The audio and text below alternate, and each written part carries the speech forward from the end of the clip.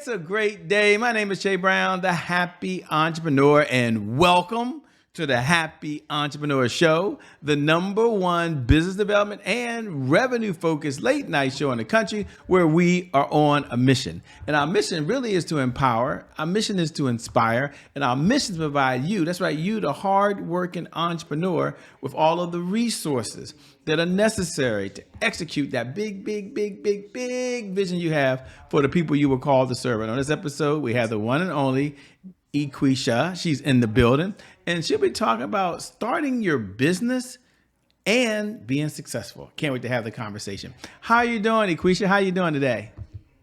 Awesome. How are you? Oh, I'm excited to have this conversation and share with the world all the amazing things you're doing. For the folks that are tuning in right now, and we'll get into her background, ladies and gentlemen, you'll see how famous she is in a moment. But take a moment, if you would, Equasha, and talk about what's one of the reasons why you started your own business.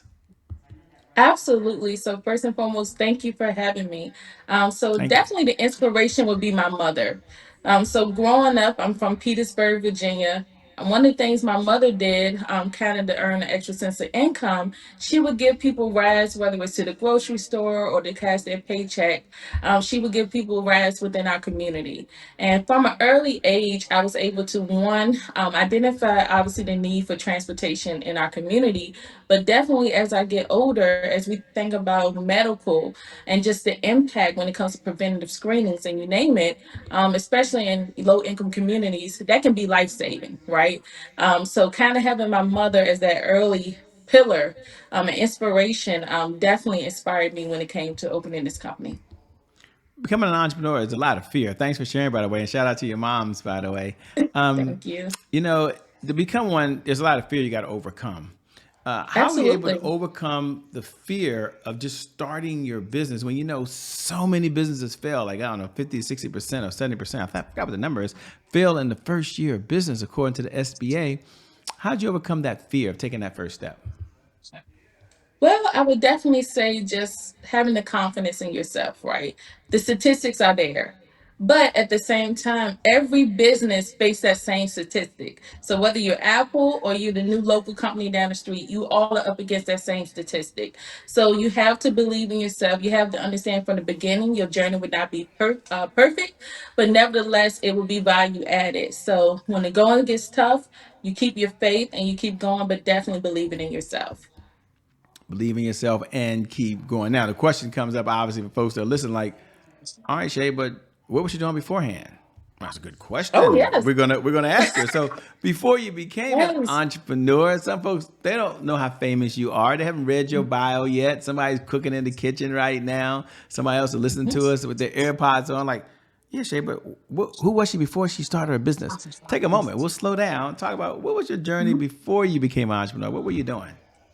So I would definitely say my background definitely gave me great preparation for starting my own business. So I actually, I would say, have at least over 8 years or more of management experience. I've done everything from manufacturing to distribution. Spent a lot of my time, especially working with employees, but also training. I've done SOPs. I've done all types of things. So I definitely think being in leadership definitely was a great pillar as far as helping me understand the business side of things because I have employees now. I have to understand costs now, so I definitely think that was a great opportunity for me to learn. Wow. And what has been one of the biggest challenges of just being an entrepreneur?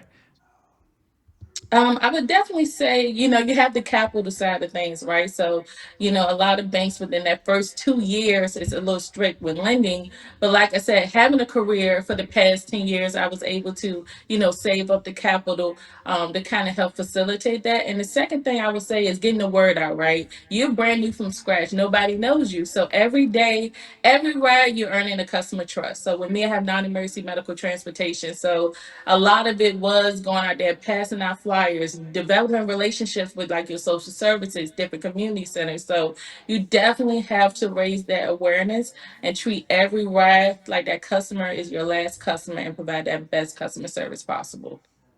I love it. The best customer service possible, by the way.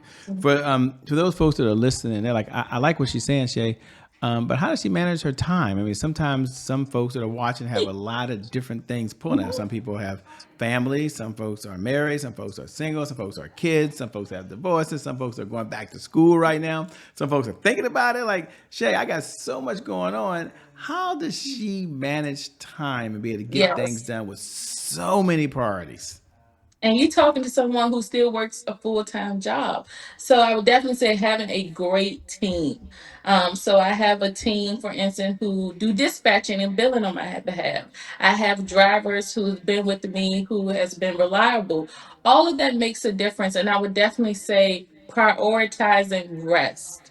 I cannot express enough the importance of giving your body rest and making sure that you're organized, right? So I also make sure I'm looking at the schedule. I make sure every night that my team has a plan as well. So being organized, get your rest, have a great team. And when you look to hire folks, and again, ladies and gentlemen, we're just rapid fire. She said Mhm. I can ask whatever question I want. Um, Yes. what do you look for when you're looking to partner with someone else? You talked about going to community, talking to different Mhm. folks. Again, this is a loaded question, but are there one or two characteristics you look for when you're looking to partner with another Yes. company or another organization? So the focus is closing transportation gaps in our community, right? So that is key to us. So when I look to partner with different organizations, for instance, if I'm dealing with a local community, it may be for people with disabilities. How can we close that transportation gap? So we have wheelchair transportation that may be a need for you. Or if, for instance, you're in a situation or community where income may be a challenge, how can we provide affordable transportation? So really, ultimately, is how can we partner together to close transportation gaps in our community. So we look at whatever situation you may have. We don't let finances get in the way. We don't let different challenges get away. We look for a way to close that transportation gap. I love it, Bio. I love what you're doing. What's most important to someone like myself? I'm a caregiver, and might be a Mhm. number of folks that are caregiver. Mother dear, 77 years old. She's retired, has Parkinson's, and a lot of different things going on. Oh, But she's in good health, so we're blessed for that. What should someone like us look for as caregivers when we're looking to bring on a company that may have to pick Mother Dear up and take her somewhere? What's one or two or three things that we should look for in a company? Because sometimes you I call and would they're like, "Well, definitely. who do you want? You want the lowest provider?" And like, no, I want someone who's going to be safe. I mean, I don't just want someone who's the cheapest. So here's the question directly: Yes. you're talking to a caregiver. What's one or two, three things we should look for when we're going to trust a transportation company to come take our loved one somewhere, and then we don't have them during that time? I think just important is obviously the condition of the vehicle. More important, I would say, is credentialing. Ask for, hey, how do you screen your drivers? For instance, with my company, they do background drug and VR check. So you ask obviously how they screen. Also, when it comes to training, so for instance, my employees they recently went through motor care training. Are they properly trained? My employees have received that training. So it's certain things like that that you definitely want to make sure that you ask about as a caregiver. Are they properly insured? Those are things that really matter because you want to make sure that obviously the company is reliable from a transportation perspective, but safety is key. And having drivers that are properly trained, having the company with the proper credentials means the world. I love that, by the way. Now, someone's watching, man, her life is perfect. But look at this. Look at she got her own Oh, no. business, she got Oh, her own no. company.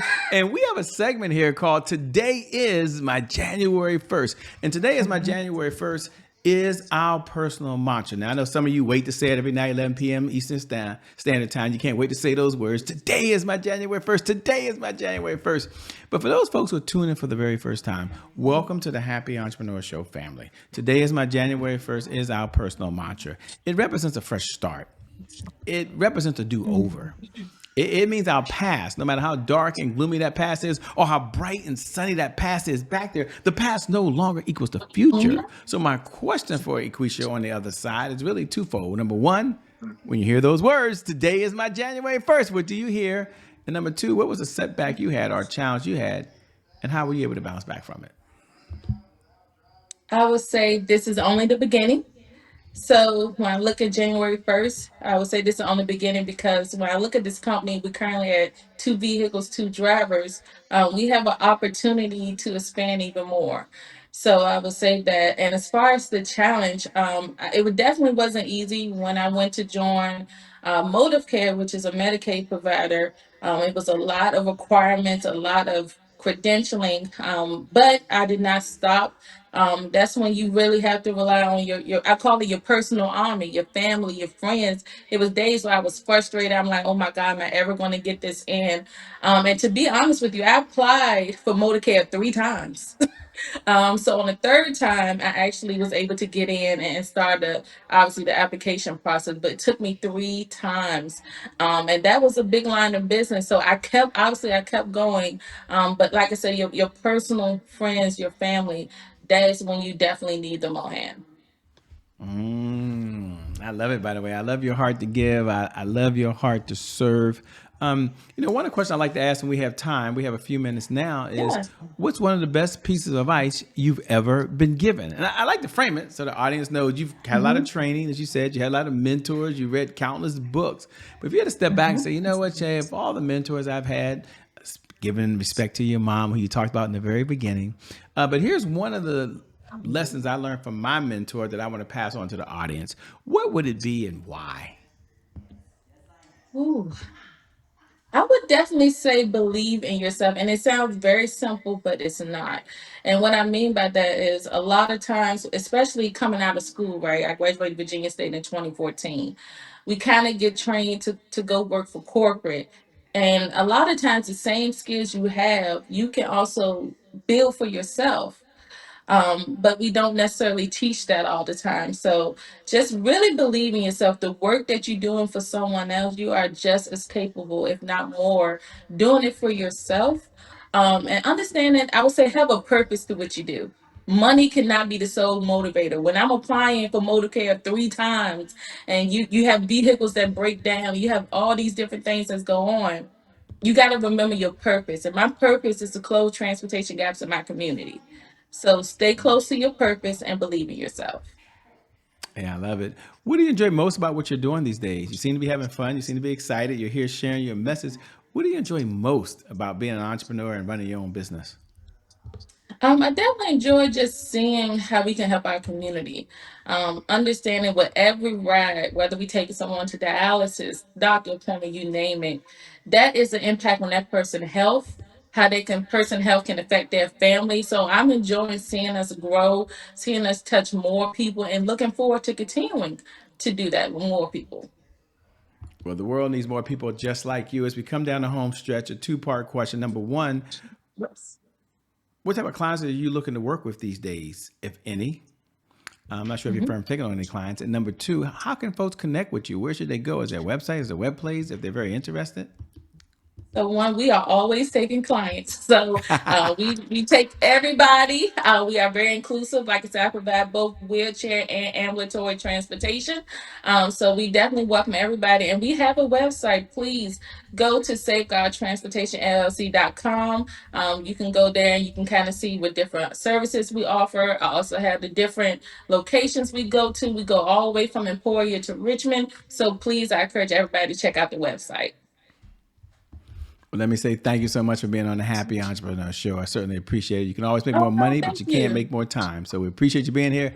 Thank you so much. Looking forward to Thank connecting you again you. soon. Oh, thank you. You guys be good. I had a great time. Okay, thank you. And thank you to viewers. Thank you for tuning in, by the way, because without you, we don't have a show. So I never get tired of reminding you every night at 11 p.m. Eastern Standard Time, no matter what's going on in your life, whether you're doing really, really, really well, you're going to that next level of success, or you've been hit with the punch that you never saw coming. The one thing I do believe is that today is your January 1st. And because of just that one reason, I believe your best is still yet to come. Your best is yet to come. Your best is yet to come. That being said, my name is Shay Brown. I'm out. Equasha will see you on the other side. Bye. Peace, everybody. We out of here. Bye-bye for now.